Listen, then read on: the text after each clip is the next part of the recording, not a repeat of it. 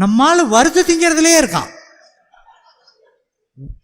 கொன்று கொதறி அதில் இருக்கிற நல்ல விஷயத்தெல்லாம் காலி பண்ணி நீ எதை வேணாலும் சாப்பிடு, ஆவியில் வச்சு பச்சையாக சாப்பிட்றது நல்லது. கோழிக்கறியாக இருந்தாலும் பச்சையாக சாப்பிட்டீங்கன்னா ரொம்ப நல்லது தான். உன்னால் முடியாதா, சைனாக்காரன் சாப்பிட்றது மாதிரி அப்படி ஆவியில் அவிச்சு சாப்பிடு. இல்லை சார் கொஞ்சம் தண்ணியில் போட்டு குழம்பு மாதிரி ஏதோ பரவாயில்ல, 50-50, 50 நல்லது 50 கெட்டது. சட்டியில் போட்டினா ஜீரோ பெனிஃபிட். பெண்கள் நிறையா வந்திருக்கீங்க, தயவு செஞ்சு வீட்டுக்கு போய் எண்ணெய் சட்டியை தூக்கி குப்பை தொட்டியில் போட்டுருங்க.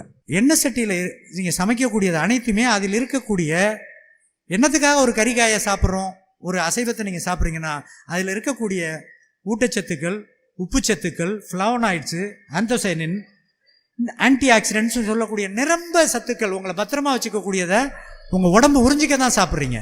ஆனால் அதை போட்டு கொலைகளத்தில் போட்டு உண்டு இல்லைன்னு ஆக்கி அசைவர்கள் சிக்கனை 65 சாப்பிட்டா நீ என்ன பெரிய ஆள், நானும் சாப்பிடுவேன்ல, காலிஃப்ளவரை வெண்டைக்காவை 65 சாப்பிட்டுக்கிட்டு இருக்காங்க.